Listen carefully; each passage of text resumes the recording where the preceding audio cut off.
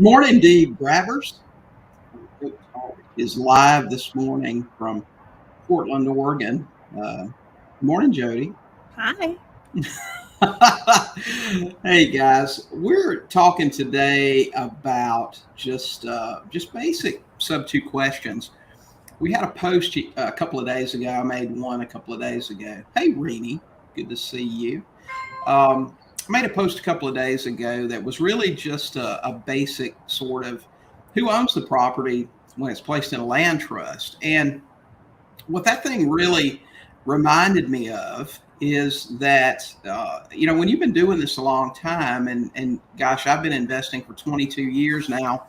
And Jodi, gosh, you bought your first house when? You've been investing since 2007. 2007. So, I mean, you've been in this thing for almost 15 years.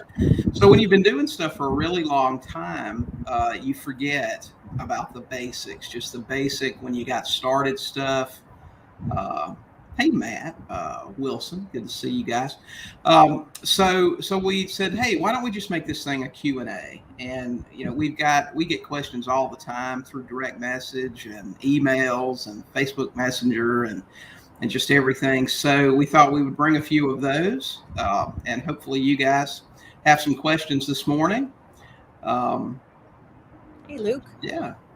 Hey, Luke, good to see you. Yeah, I haven't seen you around in a bit, so hope you're doing well. So that's what we're going to talk about today. We're going to talk about some basic stuff. We might as well lead off, I guess, with some follow-up on this land trust thing that we talked about yesterday. That post was up for, I guess, now it's been about a day and a half, and had 100, and at last time I looked, it was like 125 comments on it. And it was a little bit surprising. Here's one thing that I would like to say, first starting off on this thing. If there's something that you don't know about a land trust, don't think that you have to use a land trust to do Sub2. You absolutely don't. In fact, I can remember when I got started with land trust, I can remember printing off all of the sheets that were involved in a trust, the trust agreement, the deed to the trustee, substitution of trustee, and at the time, assignment of beneficial interest. That was a big thing that we talked about. Hey, Facebook user, substitution of trustee, and at the time, assignment of beneficial interest. We're getting some feedback there, I think. Hey, Lisa, good to see you. Goodwin, good to see you from Los Angeles. Hey, great.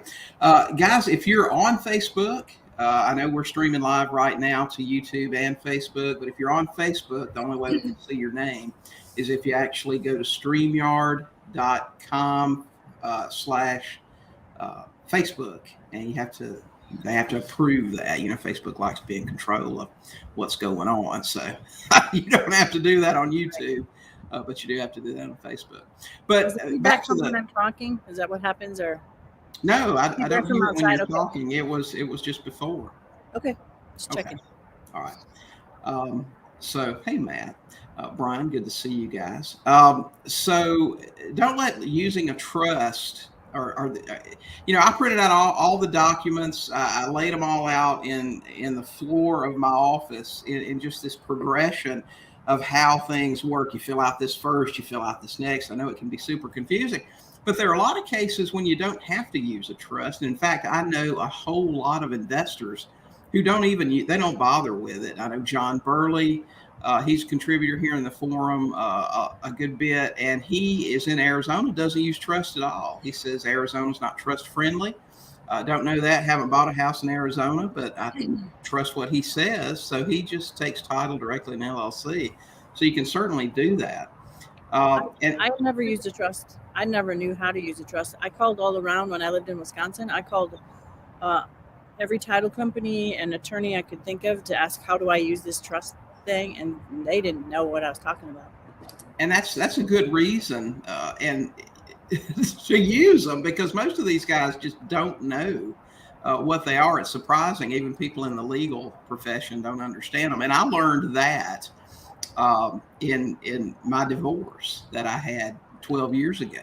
I'm sitting in this room full of attorneys. I mean, these are high dollar guys too. This was a expensive situation.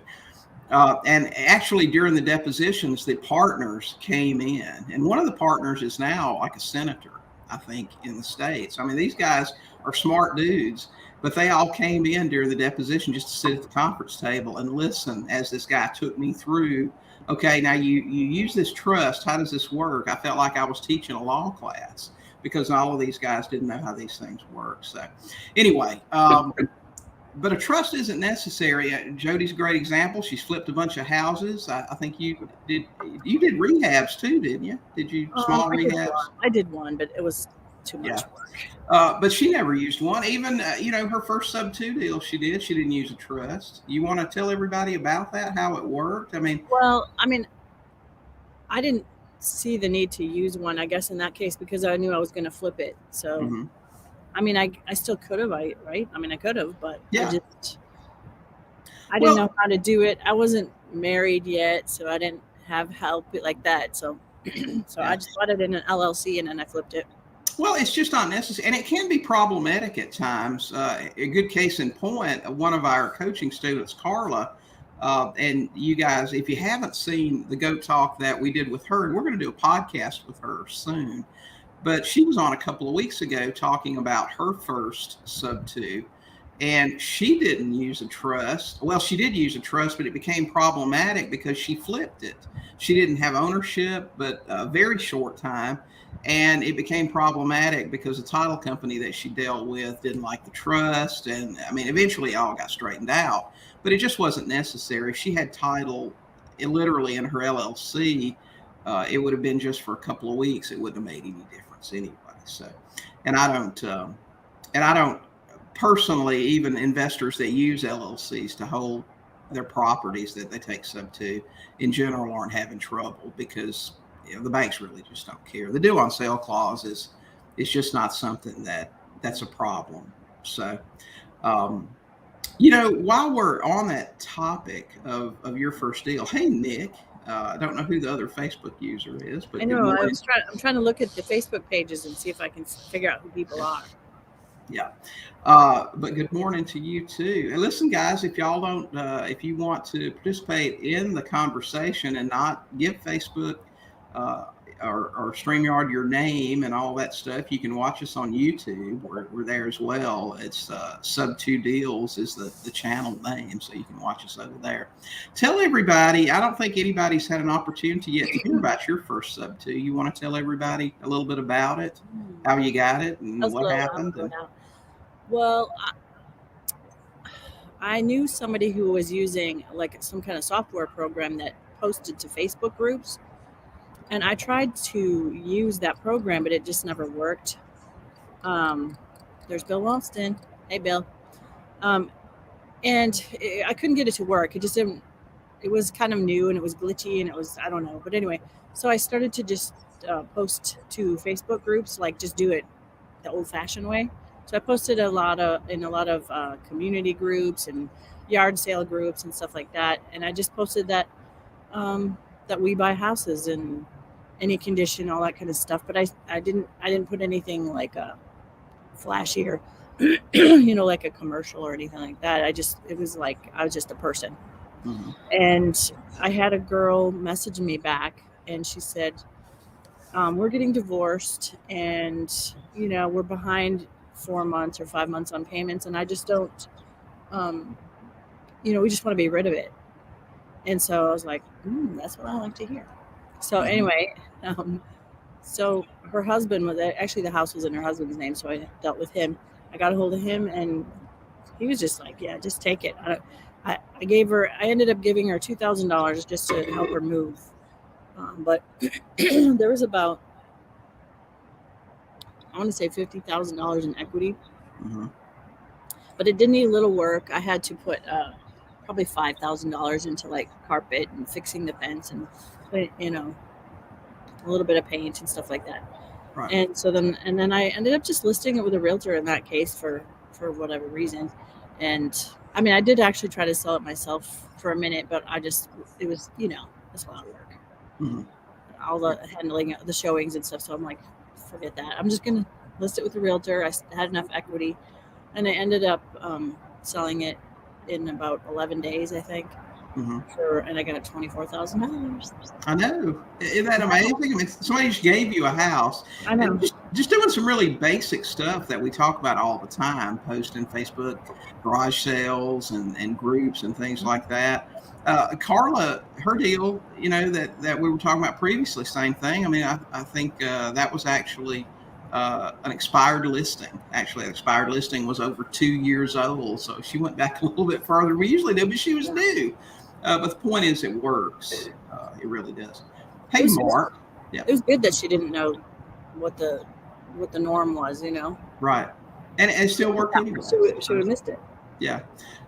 Hey, Mark, good to see you. Bill, good to see you in here. He's the trust expert. He should. Bill and I have done a couple of podcasts on trust. You guys go check those out. A lot of information.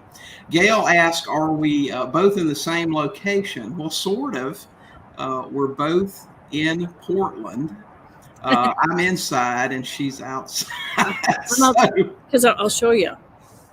I'm going to move this a little bit, but look at this. Is the view from our place that we have rented. You can't see it right now, but there's Mount Hood over there, but it's kind of in the clouds. But isn't that stunning?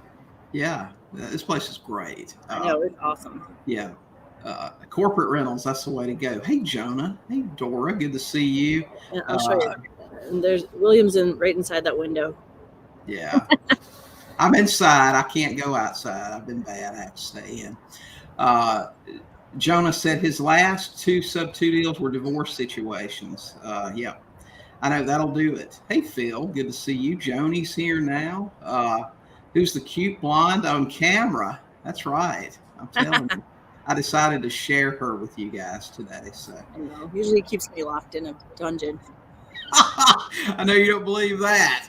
So anyway, if you guys have any questions, just let us have them.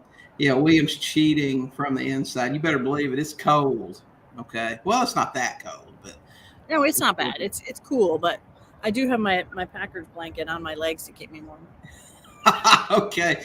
So if you guys have any questions, just we're going to see the Packers here pretty soon in a few weeks. So yeah, that's exciting. I'm looking forward to sitting out in the open in Wisconsin in December. That sounds great.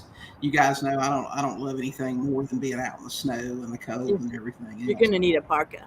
I know. That's what she told me before I moved to Colorado Springs. You're gonna need a parka when you. He's like, "Are you gonna keep me warm?" And I said, "You're gonna need a parka." Yeah, that's right. So if you guys have questions, let us have those. We are here today to answer Sub2 and Creative Finance questions. So let's get rolling with that. We'll start out, like I said, we get a ton of questions every week, direct messenger, email, and Jonah everything. said boo to cheeseheads. What's that? Jonah said boo to cheeseheads. Oh, let's don't start that on here. So anyway, let's start with with some basic questions here. Let's see. I had a question. Someone asked, why do you prefer selling on a land contract as an exit strategy as opposed to a lease option? Okay. I'll tell you exactly why. I know you love that. My first 11 years as a real estate investor, I sold or exited houses primarily with lease options. And I'll tell you what 10, 11, 12 years of doing that taught me. Now, we also did Section 8 rentals. We flipped and sold for cash, sold retail. We did lease options, and we did seller financing. What I learned was that if I sell a buyer a house on a lease option, I'm going to get a much smaller, let's just call them down payments. Technically they're option consideration. They're not a down payment. I'm going to get a much smaller amount up front. I'm probably going to get a little bit lower payment. I know what all the courses tell y'all guys. Okay. You can command this super high rent rate and all that stuff. They'll take care of all the maintenance and everything else. But let me tell you about reality. Okay. Reality is if I sell a house on a lease option, I'm going to get a smaller upfront money down payment. I may get market rent a little bit higher, but it's not going to be several $100s a month over market rent. That's just not true. People aren't going to pay that. I mean, maybe every once in a while you run into a super uninformed individual, but nowadays with everything that's on the internet, all the access to things and what people pay, they're just not going to do it. And then that maintenance that they're going to take care of when they're in the house, no, you're going to get to do something called deferred maintenance when you take that house back. And that just means stuff that should have been fixed that wasn't fixed. And you're going to have to take that down payment that they gave you a year or two before and fix all that stuff. My best guesstimate there, about 80% of the people I put in a house on a lease option aren't going to follow through, as opposed to the people that I put in on a land contract. The people that I put in on a land contract, I'm typically going to get double what I would have got up front. And I'm also 80% of those people are actually going to refinance or stay. And I can get higher than market rents there by the time I factor in taxes, insurance, other things. We can typically get $100 to $200 a month more than we could get for rent. So that's why I prefer selling on land contract or selling with true seller financing over a lease option. I want to sell that house, so I don't want it back. And I certainly don't want it back with stuff I have to fix. Yes, I know there are some financial advantages. You can continue to depreciate the property, but you are going to have to recapture that. Okay, that's a short-term offset on your income. You are going to have to claim that at some point. Did we get this question? Yeah, what we got there. Okay, you did that one? No, I haven't yet. Oh, okay. So Andrew says, working on my first Sub2 deal now, keeping it as an Airbnb. Should I put it in land trust? If you're asking me, I'm going to say absolutely. Anything that you hold long term, you're going to want to put in a land trust. And there's several super advantages of that. Privacy. Andrew, if you're planning on being an investor that's going to be around for a long time, you're going to buy a lot of houses, you're going to accumulate a lot of property and wealth. Let's just say, for example, here's a common scenario. The more that you have, the more assets that you have, the more likely somebody's going to want to come along and take some of that for themselves. So, Andrew, if somebody slips and falls on your property, something happens, or they decide to sue you for any reason, most people are going to be looking for a contingency lawyer to do that. And what that means is the attorney agrees to come out, take on the case without any upfront money from you. Well, if they walk into that attorney's office and they say, hey, I want to sue Andrew, I got hurt on his property, whatever the case may be, he bumped my car with his car, I think my neck hurts, can you help me? They're going to put Andrew's name in their little search database, and you can own 1,000 properties. If they're all in trust, your name won't come up one single time. If you own them all in your name, then guess what? There's Andrew owning 1,000 properties. The attorney says, great, I'll take your case. We'll probably get you some money. Chances are they won't take that case if they can't find your name. They can't prove you own the house. It's going to be a lot of work for them. There are several reasons that trusts are a good idea. It also lets you avoid probate and just a ton of other stuff. But, you can look all of those up. In fact, I think we've got a free download that you can get. We'll have to look that up and put that in a comment on this post. That's 50 reasons why you want to be using a land trust. That you can add that after we get off here. Yeah, when we get off here, we'll just make a comment on that and on this actual live and give you the link to that. Okay, so next question, but back to that, Andrew, absolutely use a trust. It's great. It's free. I mean, it doesn't really cost you anything. Once you have that template or you have that course, and I posted a link this morning, my buddy Bill Bronchick wrote, actually it's how I learned to use them. And he's offering $100 off on his land trust course. I'm not sure how long he's going to do that, but you can go to sub2deals.com/land trust. Go pick that up. Use the code webinar and get that. Don't we? What's that? I think we've got that banner if you want to put that up there. But Jonna asked, what's the most effective marketing tactics for Sub2s? Well, it just depends on what you like to do. You know, a lot of people have this idea that your target, and there are some sellers who may be more likely. People that don't have much equity, people that haven't owned their house very long, people that need to sell right away and don't have a lot of options, they may be more likely to give you the deed, people in a desperate situation. It doesn't mean they have to be desperate. We bought a ton of houses from people that could have waited, but we just offered them a good solution. Whatever it is that you like to do, Sub2 isn't a specific target. You bring in leads and you sort them according to the scenario. That's why I always say the deal's in the story. You market like mad, whether that's bandit signs, whether it's posting Facebook groups, whether it's texting or emailing or whatever your thing is that you like to do, cold calling. A lot of times you won't know the story until you actually get these people on the phone or get to talk to them. Once you do that, then you sort it out. That deal that Jodi talked about earlier, her first Sub2, if they had called her up and maybe they had owned the house for 20 years, same scenario, they're getting a divorce, but they've got, you know, the house is worth 300, they only owe 100. Are they going to sign it over to her? Probably not. That might have been a situation where she could buy it at a super discount, but the story is what makes the difference. So any marketing is good marketing, Joe. So just do whatever you like to do. Some people don't like to talk to people directly. Some people don't like to cold call. I don't have a problem with it. I love it. But some people don't. If you don't like that, direct mail. Just make posts in groups. Put out bandit signs. Don't talk to anyone until they actually contact you.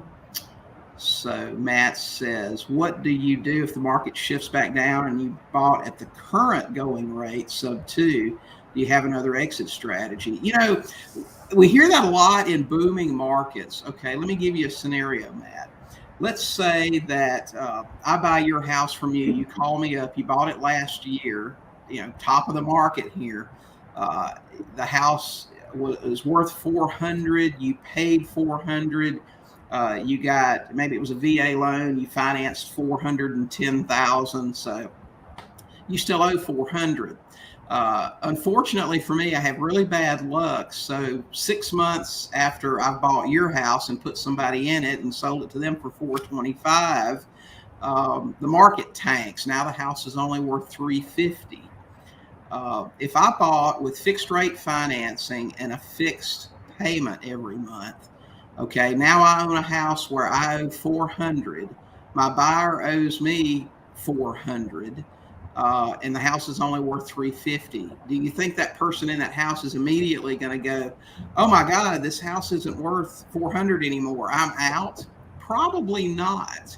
Now, I realized during the last downturn when prices dropped, there were some things called strategic foreclosures. And that's where people said, you know what, I don't have much equity. I might as well just give this, or any equity, I'm upside down, I may as well give this house back to the bank. But again, those were people in specific circumstances that weighed everything out and said, you know what, I'm out of here. The fact is, most people that buy a house, it's their home and they desperately want to keep it. If they could afford the payment before the market tanked, the payment didn't change, they can still afford it.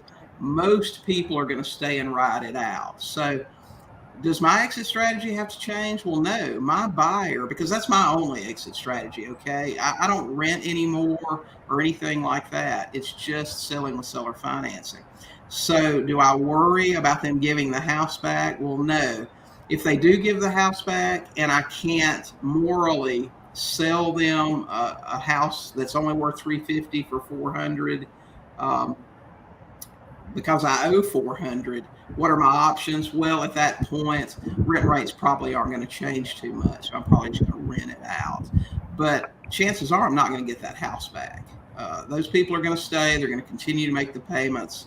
And I'll just deal with things as they come along that way. But that's why one of the first questions I ask a student when they bring a potential deal and they say the PITI on this house is $1,200 a month, I say, what will it rent for? And if they say, well, it will rent for $1,600, $1,700, whatever the case may be, so okay, great. You know, we've passed that milestone. So we know we can always go back and rent it if we have to, but chances are I'm not going to have to do that. So I hope that answers your question. Let's see. I wonder if this is Nick. Not sure. From here, but I think Adam, I think you guys know him. I introduced him to you guys. I don't know. I need a little bit more information. Adam B. I'm not sure who that is. So have to come back at me with some more information. What's that? Maybe Adam Bussinger. I'm not sure. Maybe. Anyway, well, that's cool. Okay. So what? Any other? Okay. Mark. We know you prefer newer houses that need little to no work, which I agree is wise. And right now, I'm not seeing many of those. So I'm looking at older homes. Have one that needs work. The wholesaler claims higher value, lower repairs, typical, and also higher rents in a small town. Just had a local property take a look. I'm having to come back and say no. My question is to pursue, let it go. Listen, I'll tell you, Mark, and you know this, you've been doing this a really long time. You may have been doing this longer than me. If the deal doesn't work, if the numbers don't make sense, I'm never a motivated buyer, and I know you're not either. I'll make an offer to a seller that works. If I can compromise, I will. I'll give a little bit more sometimes, but in the end, the numbers have to work. We had a saying in the restaurant business, and a lot of you guys know that for 20 years, my career was restaurant management. We had a saying in the kitchen, and that was, if you pull something out of the refrigerator, should you use it? Should you not use it? And our saying was, if there is a question, there is no question. You throw it out. And I'm the same way about a deal. Unless there is absolute certainty that I'm going to make a profit, that I'm going to make money, I'm not interested. I have to have that certainty. Anything that's questionable, well, I might make money on this, I might not, I'm not interested. And so I would say to you, unless you can get the numbers where you need for them to be, no, I just let it go. And I put those people on follow-up, and that's another reason that you need to have a good CRM system. I think you're like me, and like I operated for a lot of years, and your CRM isn't the best. It's probably something like this. And I tell you, every time I think about it, I cry when I think about all the potential deals that I lost because I didn't have a follow-up system in place. So, but again, the answer is, unless you can get the numbers where you absolutely need them to be to know without any uncertainty that you're going to make money, I'm out. So, Macabre, maybe I said that right. What's the number one and number two book you would recommend in terms of getting the financing knowledge as well as overall knowledge that you guys acquired? If you're talking about specifically to Sub2, I'm going to recommend my book. Obviously.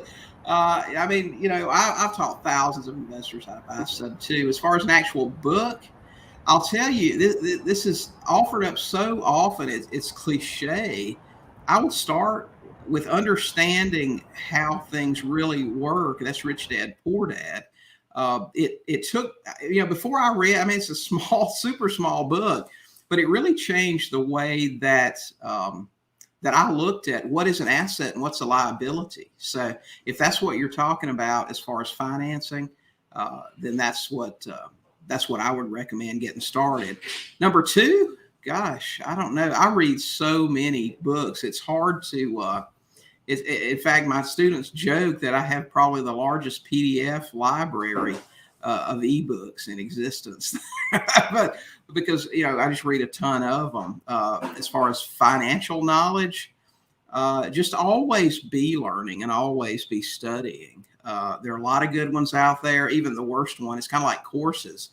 The worst course that I've ever taken or bought had some value. It had something in it that was worthwhile. So, but as far as if you want to learn creative finance, the Ultimate Sub2 Guidebook, I'm telling you, it'll take you from A to Z on what to do with Subject 2. So go to sub2deals.com.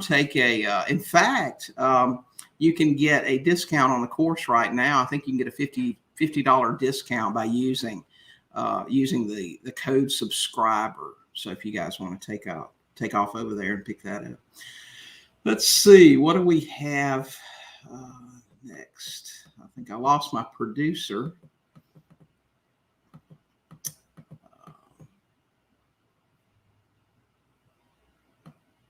Okay. So if you guys have any other questions, give us to them here. Matt asked, what are your thoughts on Zillow not buying houses? We actually made a post on that a few days ago. My thoughts are really pretty simple on that. I think if someone like Zillow, gosh, how many million houses have they bought this year or whatever? It's amazing. I think if those guys have stopped, it's because either the money's been cut off or because it's like I said in that post, I think that Zillow probably has an incredible amount of people and artificial intelligence running every kind of algorithm in the world to what's happening in the market. If the market, is at its peak, if it's about to start falling, what's going on, they have access to a lot more information than we do. And if they're not buying now, that tells me that maybe, we should be looking closer at the deals that we're doing right now. So that's just my thought on it anyway. I may be wrong. I have been wrong before. Let's see. Jared, the CRM you're using is REI Black Book, correct? Absolutely it is. And we love it. It's there's a learning curve involved with REI Black Book, but as far as a follow-up system and everything, and everything else that it includes, the ability to email, text, websites, and everything else it does, we looked at a lot of stuff, and I just don't think you can beat it. Yes, there's less expensive stuff out there, but the problem with that is you have to integrate other systems to make it work and make it do the things that you want to do. And I'm telling you, if you know me, you know I like to keep things really simple. I'm not super techie and don't want to be. So I don't. And I'm more techie than you, but it took me a little bit to find my way around. It's not laid out like the way I'd like it, but it works great. Right. And on that, I think the people at REI Black Book, I know Kevin Carroll is here in the group, in the Sub2 forum, and he, posts and answers questions from time to time. I think they're realizing it's a little bit of a challenge for some people, so they're starting to do some stuff. I know I've had several students that they've gone in and done workflows for, and I don't know if they do that for everybody, but they have done that for several of our students. So they try to get you set up where you can start using that thing pretty quickly. I may have missed some questions, and if I did, just let me know. Sarah said she loves our coffee cups. Do you have yours too? I do. I do. I have it here. My sweetheart got those for us the other day. Well, they were like clearance, so it was a no-brainer. We gotta have them, I guess. So Andrew had another question. A seller that is open to letting me buy her Sub2 but plans on buying a new home, is there any documents out there that says she will not be responsible for the debt anymore? As a matter of fact, Andrew, you look like you're on YouTube, but if you're in our Sub2 forum, in the files section, we literally have hundreds of documents in there that we give away. They're totally free. And there's one in there, debt to income statement or letter, that one of our coaching students, Andrew, who is a mortgage guy in Fort Collins, Colorado, if you need financing. He's on here, I think. Is he? Mm-hmm. Okay, well, great. So he actually provided a letter to the group, and we've got it in there. It's the debt to income letter, I believe is what it is. You can go get that, and that makes mortgage people and lenders understand that what's happened. Typically, you'll find that most lenders will automatically give a 75% credit to the seller, which is the same thing they would get if they rented the property out. A 75% of that payment, a credit back toward their debt to income. And there's some debate on this because we don't know exactly how these people make their determinations. They all have these formulas that they use, and obviously they don't tell us what they are because then it could be totally manipulated. But generally the consensus is after you've made the payments for 12 months for your seller, that they will credit the full 100% of that back. But take that letter and use that. That should be helpful to you on that. So let's see, what did Mark say? Agreed about the rich dad and cash flow quadrant, even more powerful. I know, that's just how illiterate I was. I got started investing in 1999. I was 37 years old. And I had just worked for a living all my life. I worked for a paycheck. That's what I did. And I was an employee. I knew nothing about really. I mean, you hear about balance sheets, assets, liabilities, but in really simple language, anything that takes money out of your pocket every month is a liability. And we're brought up and we grow up hearing all of our lives that your home is your biggest asset. Well, it's really not. When he breaks it down and says, if you lost your job tomorrow and had zero income, anything that takes money out of your pocket is a liability. He says assets feed you, liabilities eat you. And really, I had to put the book down and it really changes your way of thinking about financial things. So I agree about that, Mark, for sure. Tim, hey, William, Tim Callahan, I bought your website package. Seems to be a delay in getting it set up. Well, let me find out about that for you, Tim. I'll find out what's going on and I'll get something back for you today. So, all right. If we missed any questions, let me know in there since my producer's back. We'll get back to some of these questions. Yeah. I ran out of battery. I had to go get the extension cord. Oh, I got you. Okay. That's a surprise. I know. Okay. We had a question from someone who asked about advice on tabletop closings. And so what's my advice on tabletop closings? Let me tell you, when I got started investing and was looking for an attorney to do stuff for me, and you got to understand, I got started in Georgia where the foreclosure timeline is super tight. Literally there are no tip-off documents at the courthouse. There's no list pendants filed. In fact, the course, I got started with Carlton Sheets, and they said there's, a list pendants filed at the courthouse. I had an argument with the clerk about, listen, there's something down here at the courthouse that is letting everybody know about a foreclosure. You're trying to keep it from me. Why are you keeping it from me? Yeah. Why won't you show it to me? Why is it a secret? But turns out in Georgia, there's nothing. The first notification to anyone other than the homeowner who's gotten registered or certified mail from the lender or FedEx packets, the first notification to anybody is publication in the first Saturday of the month newspaper. That's it.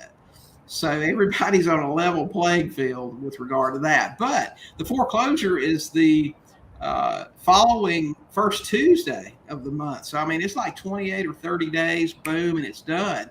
But you can literally stop it in a few hours. And what you need is a title search, to know what you're buying.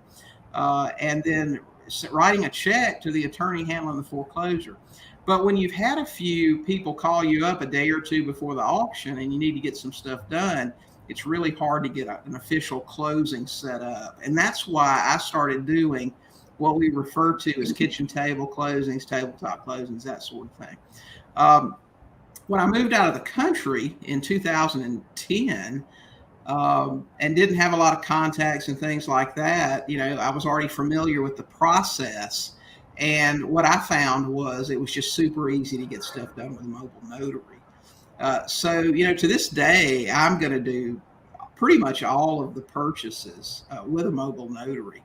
It's just simple to do. It's really easy. I've been doing this for a really long time. Now, if you've never bought a house subject to, should you be doing a tabletop closing? Probably not.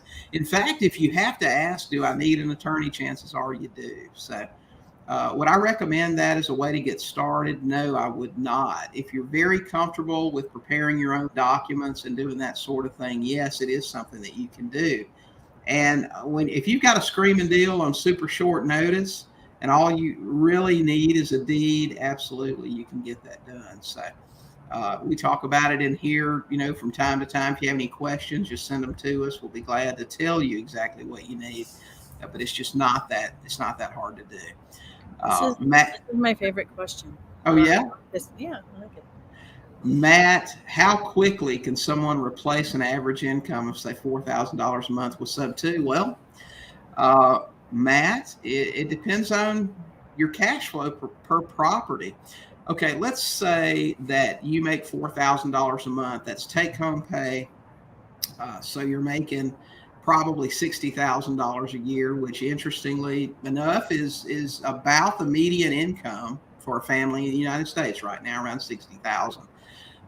You're netting $4,000 a month, which is about $1,000 a week. If you go out today, let's just say that you go out today and you do exactly what Jodi did with her first Sub2. You post in 20 Facebook garage sale groups or yard sale groups or whatever they're called this week, and say, hey, my name's Matt and I'm looking for a house to buy in the Stonefield subdivision. If you know anybody that's got one for sale or you have one for sale, give us a call.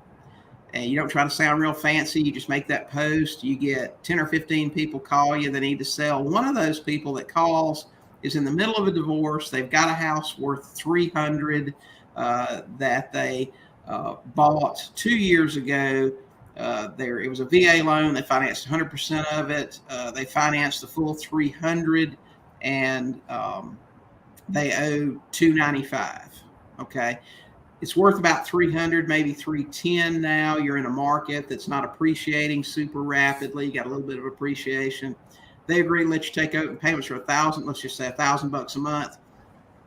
They agree to give you the deed. They don't want anything. The house doesn't need any work. It's only 2 years old. They took really good care of it.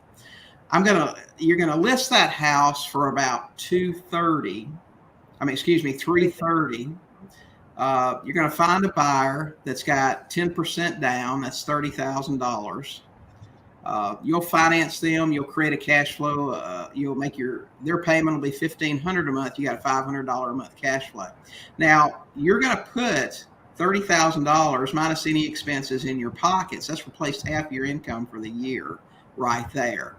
Now you're getting $500 a month in cash flow. Do that. Okay. Do that 8 more times. And let's just say you're still working. You're doing this. You're drawing your salary. You're living off your salary. You're going to do this 8 times. You're not going to spend any of the down payment money. You're not going to spend any of your cash flow. You're going to look up in however long this takes you to do it, 6 months, 8 months, whatever the case may be. You're going to have $300,000 in the bank between your down payments and your cash flow, because remember, you're still working, you're still living on your salary. We teach this in the coaching group, and I think I've even talked about it outside of the coaching group, about how to create a $600,000 a year income in 36 months buying one house a month. Anyone can do this, even if you have a job. When I got started, I was working 70 hours a week, and I still managed to buy 24 houses in 12 months. You can do it. So even if you don't buy any more, you still have the cash flow. So you have your $4,000. Right. And then if one ever cashes out, you can replace it. But basically the cash flow will cover that. Right. Now, if your cash flow is only $300 a month, which is our minimum, that's that. If I'm not going to cash flow 300 or more, I'm not interested. Okay. $300 a month, just divide your 4,000 by 300. What does that give you? 12, 13, 14. You need 14 houses. Okay. And then you've replaced it. So how quickly can you do that? I don't know. How big a hustler are you? Can you get out and buy 2 houses a month? Well, 7 months down the road, guess what? You're done. If you only buy 1 house a month and your cash flow is $500 a month, 8 months later, you're done. But you're going to bank all that down payment money. A lot of people forget about that part too. When you sell with seller financing, you collect a down payment. Well, if that's your method, Matt, just posting in 20 garage sale groups a day, maybe you may not get a single lead from that. Maybe I posted in 20. I posted in I don't know, maybe it was 35, and I did that for 3 months and got 1 deal. So I mean, it's I would do other marketing besides that too. Mm-hmm. But that Absolutely. That was that's just a free one that I thought I would just throw it out there because it's easy and it's free. If you're working locally and just in your market, maybe you're new, and because I don't recommend remote stuff to new people. You need to know how to be able to put this stuff together, and you need that comfort and security of being able to go out and touch a house. I remember when I was like that, man. My first 10 years as an investor, I said I don't buy more than 30 minutes away from where I live, and gosh, for the last 12 years, I lived out of the country for 10 of those. So I didn't see a single house other than pictures. But if you're working locally and you're not using magnetics on your car and bandit signs, I mean, you're crazy. It's super cheap marketing. A bandit sign costs $1. If you're doing them yourself, it's super cheap, and they get results, or you wouldn't see 10,000 of them on the side of the road. I remember when I got started, and people would say ads in newspapers don't work, and they may not be as effective today. I haven't run an ad in a newspaper in a really long time. But when I'd open up the newspaper and I would see 5 or 6 other ones, and some of them that had been there forever, or I said, you know what, for example, I can't remember his name now, but he was one of the bigger, I think his name was Ken. He was one of the bigger investors in Macon, Georgia, and been around a really long time. He ran an ad all the time. And I said, well, Ken's a pretty smart guy. He wouldn't spend $300 a month on this ad if it didn't work for him. So, the old school stuff really works. I was able to structure the deal because of the knowledge I learned from the podcast. Hey, man, that is fantastic.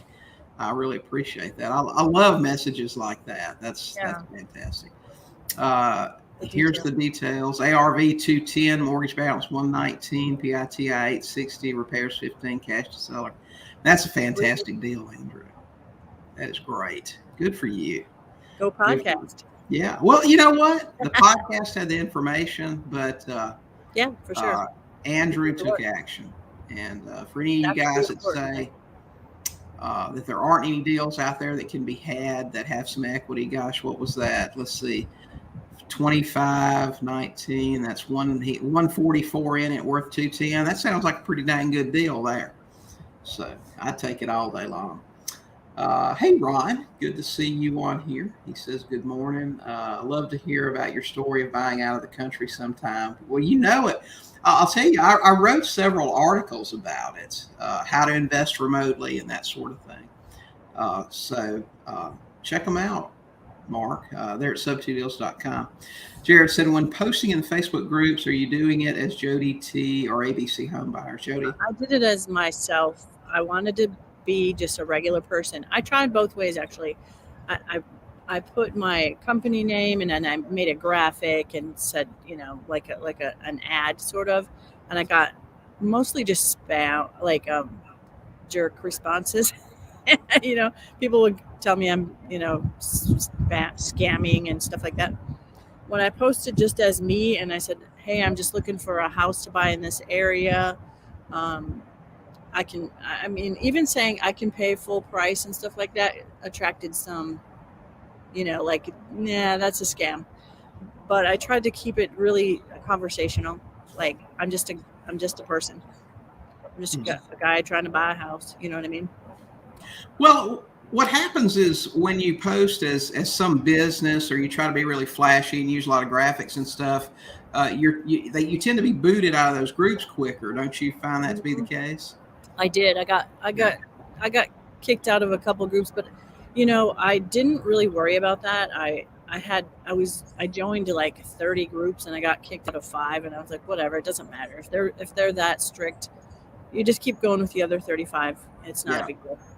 Yeah, just keep signing up for them because you're going to get kicked out.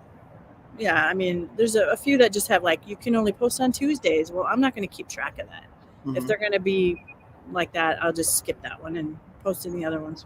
Right. Rini asked what link to post a link, but I'm not sure what link she's asking about. She may be talking about the link to that 50 reasons to use a land trust. Oh, okay. Let us know for certain if that's what you're talking about. We're going to actually make a comment on this live. Yeah, I'll have to do it after we get off because I can't see it from here yet. So. Okay. All right, you guys, if you have any questions, if you'll go through those, Jodi, if you don't mind, and make sure I didn't miss anybody's. I don't want to do that. Okay. Yeah. Here. She says she's talking about that. Okay, great. All right, so let's see what we have here. Someone had a follow-up on the mortgage, the contract for deed question. What are the pros and cons regarding a contract for deed versus a wrap? Let's put that up there. Where is that? Oh, it's on the question list that I brought today. Oh, I see what you're saying. If you find any that we missed from the people this morning, yeah. So why do I prefer selling on a contract for deeds as opposed to a mortgage? Well, a couple of reasons. The main one being just control of the situation. Let's say that, okay, let's talk about the deal that Andrew just talked about. Let's say that he decides to repair this house. He decides to give the seller the money. He's going to owe a mortgage balance of around $119 on this house that's worth $210. Okay, he's going to have 25 grand in it. Let's say he sells it for $225. He gets somebody with a $25,000 down payment, and they owe him a balance of $200. Now he only owes $119 on this house, and the house is worth $200,000. So he's got, he's showing some equity there. He's replaced all the money he put out with the down payment, so he's in the house for zero. Okay. Out of pocket, and now he's collecting a nice cash flow every month, but he's sitting on 80 grand in equity.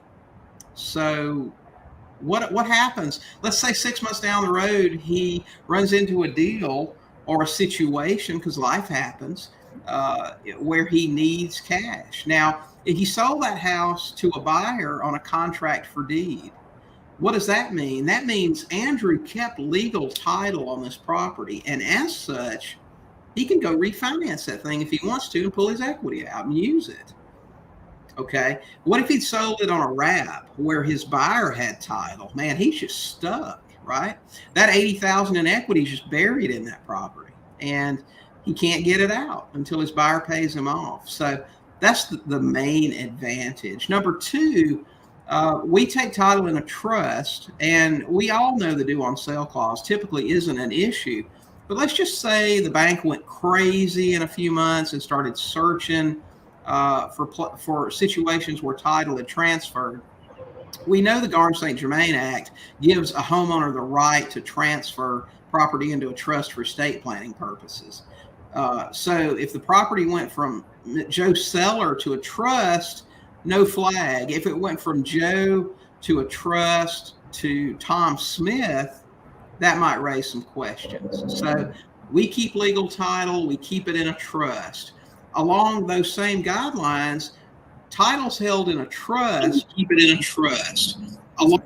No judgments are going to attach to it. Nothing can happen. If I transfer title to my buyer in a wrap and they get in trouble, or they get a lawsuit, or they don't pay federal taxes or whatever, any liens that they get, any judgments that they get against them are going to attach to that property. So even if they decided to walk away from it, I would have to do a foreclosure to clean the title. So I don't want to have to fool around with that stuff. And then in some states, it's just easier to get somebody out under a contract for deed. So you don't have to do a foreclosure, get a deed in lieu of foreclosure, any of that stuff. So those are the reasons that I prefer selling with a land contract. Now, there's some states that make that problematic. Texas is a big one, and Texas is going crazy. Maybe Mark can speak to some of that. Man, they're trying to make things really difficult for investors for some reason. I'm not sure why. Texas has always been kind of a state where you can do what you want to do down there, but man, they seem to be really restrictive in the past, in the recent past. Matt asked, do you buy and take title, but then do a land contract so it's easy to take the property back? You bet. It was kind of tied together, so I threw it up there. We just talked about that. So, yeah, absolutely. We love land contracts. And if I find myself in a situation where I can't use a land contract, would I use a wrap? Well, if the deal was good enough, probably would, like Texas or something like that. But there are some ways to get around that sort of thing too. And that's a little bit more complex. People talk about selling beneficial interest in trust and things like that. That's a conversation for another time, for sure. Let's see, what else do we have? Can you take over a property sub-2 that's in forbearance? Absolutely, you can. And in fact, a lot of investors are doing that today. They're getting they're having properties that were in arrears put into a forbearance agreement, taking title then, where they can take advantage of the forbearance. So yeah, that's a really profitable thing to do right now. We've got investors that we know or students that will find a property that's $20,000 in arrears. They coordinate with the seller to get that put on the back end of the loan or get that restructured in some way, and then take it subject to. Can you do it? Absolutely, you can do it.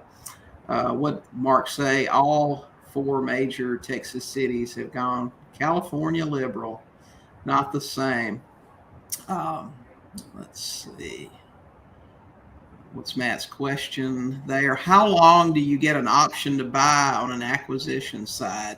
I don't use options, Matt, to purchase. Now, I know some people teach that.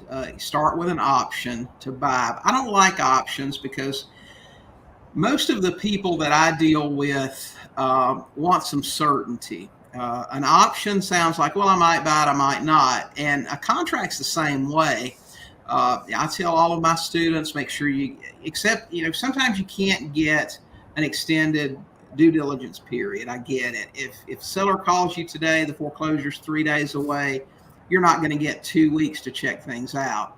But typically in our contract, we're going to get at least 2 weeks to check things out. And you can consider that an option period.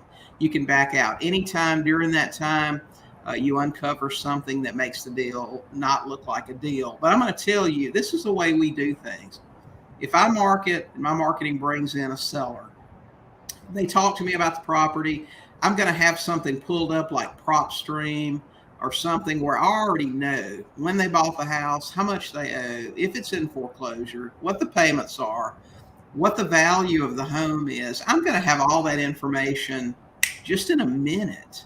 So I already know these things. Even if I don't live there, I know the value. I know all of this information about the house. I already know pretty much if it's going to be a deal worth considering or not. The only things in question at that point are, will the seller sell to me the way I want them to? And what's the condition of the house? The other stuff is pretty much a given.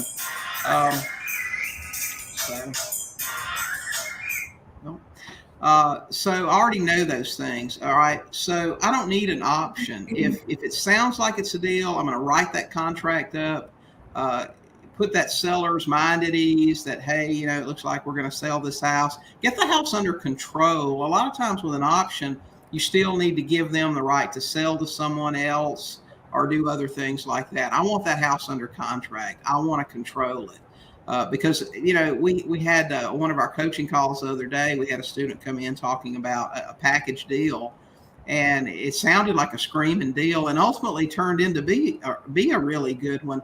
But I said, well, do we have this thing under contract? Well, no. So why are we here talking about it? Because get it under contract, then sort it out. So I don't like options on the buy side. I like to write a contract up and get at least 2 weeks to check things out, because like Ron LeGrand says, you can't steal in slow motion. If it's a good deal, buy it.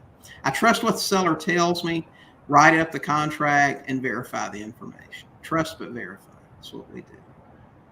So, hope that answers your question there. Okay. If you guys have any other questions, we've got a few more minutes on here, don't we? Well, what do we have? not really. Another pretty much 5 minutes or so. Okay. All right. So let's see. Next question. Gosh, another land trust question. I think we've covered the trust. What do you do if your seller insists on using their attorney in the transaction? Then let them. If it's a really good deal and all they want to do is use their attorney to close it, make sure that the attorney uses your documents. If there's a question in that about your documents, answer them. If it's something you can give in to, do it. I don't have a problem. I'm just telling you that, gosh, in 22 years, I don't know at this point, 600 plus transactions, I've never one single time had to close with a seller's attorney. They just, as a rule, don't care. And I have had some sellers say, well, I want to run this by my attorney. And there have been a couple of times that got shot down. And there have been a few times that the attorney told them don't do it, and they did it anyway. Because my question is, if somebody comes back to me and says, well, my lawyer said don't do this. It's okay, well, is your lawyer going to make your house payment while you're trying to sell it? That works well with agents too. My real estate agent said not to do this. Well, okay, is your agent going to buy your house? Are they going to make your payment for you? Because, you're a few payments behind now. So you want the bank to take the house? I mean, that's going to be my next question to them. So if they want to use it, let them do it. Okay. I'm just playing with banners. Sure. Okay. So we got another comment from Mark. If they have a skinny equity less than 20%, I still prefer buying on a lease option myself. Let them know that my intention is to buy. However, it is a retail deal versus one with equity. To me, everything is negotiations in a market like this where it could go down and prefer the lease option. It depends. Hey, listen, everybody has a different preference. Mark, you do you. I don't like buying on lease option. I went through the stages that I guess all investors do. I got started with Carlton Sheets. I bought my first 2 or 3 houses, calling FSBOs. I did use a small local bank to fund them. I didn't have anything out of pocket. And then I said, okay, I got to be able to buy some more houses because the bank's going to cut me off at some point. So I bought a lease option course, and then everything was lease options. You know what I mean? What's that old saying? If you're a hammer, everything looks like a nail. So everything I went out after, it was lease option. I did 3 sandwich lease options. And that's why now when I hear somebody talk about that, I say, friends don't let friends buy on lease options. It wasn't terrible. It could have been worse, but they just weren't ideal situations. I don't want a lot of trouble. Sellers always tend to want to stay involved, especially if they still live locally. They'll call you up and say stuff like, why hasn't the yard been cut, and things like that. I just don't want to have to fool with that stuff. When I buy a house, I want the seller to be down the road. I don't want to have to hear about it anymore. So that's why we went to straight sub-2s. But hey, listen, the great thing about creative real estate is that everybody can do what works for them, and you can all make money. So I think, lease options, if I were buying a high dollar house right now, like maybe one to live in or something like that, I would probably agree with you on that and just go with buying on a lease and option so I can hand them the keys back in a few years if I decided not to buy. But as far as just investment deals, I still prefer sub-2. So Mark said, if you wanted to succeed quickly, what would you do? I would get off of the internet, get off of Facebook, except to post in Facebook groups, right. And focus all of my energy on getting leads. Because if you don't have leads, you're not going to buy a house. Focus on leads coming in, motivated sellers that want to call you. And then you got your outgoing stuff too. Cold calling, texting, whatever your thing is, do it. And I would do that constantly every single day until I had enough lead flow to buy the number of houses that I wanted. So focus on lead generation. That is the most important thing. Let's see, Mark, this has been very helpful. I always appreciate your years of experience in straight talk. Agree with what you said about the attorney and agent remarks. Are they going to make that payment? That's right. And they're not going to. So that always works out. So friends don't let friends buy on lease options. That is right. Okay, guys, I think that's going to run us out of time. It's after 9 here in Portland. So we appreciate all y'all being here today. Listen, tell your friends about what we do here. We give out some free content every Thursday morning. Follow us on YouTube. We'll get one more question here from Matt. What sources of leads would you chase?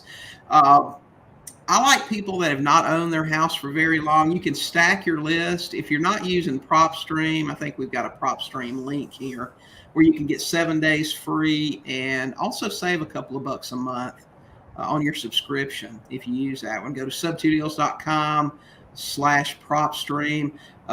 You can go in there and stack your list, use different filters, own the house, 2-3 years or less.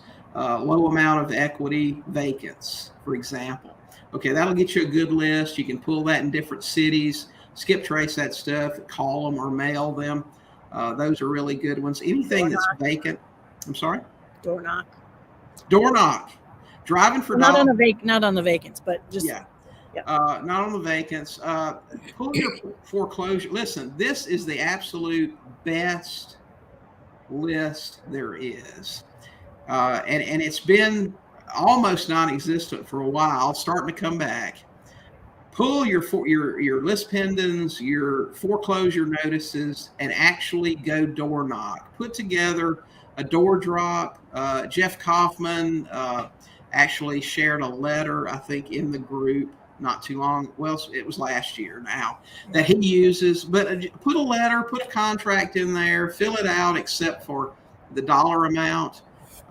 Leave that if they're not home. But I'll tell you that the absolute best leads come from doing that, because what you're looking for, let's say I pull all the foreclosures in my town, Matt, and I just plan a day of running some errands, and while I'm out, I'm going to drive to as many of these houses as I can. And I find 3 of these houses that are already vacant. Okay, what does that tell me? The biggest roadblock in buying foreclosures most times is that the homeowner wants to keep the house, right? Okay, if that house is vacant, that obstacle is removed. So your job at that point is to track those people down and say, listen, if I gave you a check for $500, would you give me a deed? Okay, and if you can get a hold of them, chances are they will. So that is the absolute best source of leads right there. Barring that, it's using filters and services like PropStream, looking for vacant properties, low equity. And here's the beauty of it. Some investors chase high equity stuff. They're looking for seller finance, but those are the things that we like. If anything that's vacant, somebody's got some type of pain going on, because even if the house is free and clear, they're still responsible for taxes and insurance and maintenance, and vandalism can be a problem. They've got some kind of issue going on. So that's what I would do. As always, if you want to talk about Sub2 all the time, our coaching group is available to you. We've got some really incredible investors in there. They're doing some great things. So if you want to join us there, we have cool changes coming up too. A lot of cool changes. We're adding 3 times a year in-person masterminds that don't cost you anything to attend other than just getting there in your hotel. We'll even feed you while you're there. I think we're going to take everybody out. Coming up in January already. Yeah, right. So get into the group. The price is going up on the group November 1st. So if you've been thinking about the coaching group, you might want to take a look at it right now. So we'd love to have some of you guys join us. It's going up. They're adding all those frills. Yeah, so we're adding a bunch of stuff. We've actually got several new teachers in there. They're teaching on different topics, anything from IRA investing to social media marketing, lead generation. We've got some really good trainers in there. So anyway, that's what we got. You guys, appreciate you coming out. Tell your friends about us. You can watch us on YouTube if you like. And then you don't have to give me. Hang on, Matt had a question about coaching videos. Are you talking about in the coaching group? If you're talking about in the coaching group, there's a ton of them. If you're talking about, do we have them? We have some videos on YouTube, but we have all the coaching calls on video in the archives in the coaching group. You can watch 2 years worth of coaching calls. Yeah, 3 years worth. So, 3 years. I'm sorry. Yeah, a lot of talking. lot of coaching. Probably every topic you could think of has been covered at least once. Yeah, at least. So yeah. All right, you guys join us. So we appreciate you, and I guess we'll catch you next Thursday. So you guys have a great day. Talk to some sellers and buy some houses. All right. Bye-bye.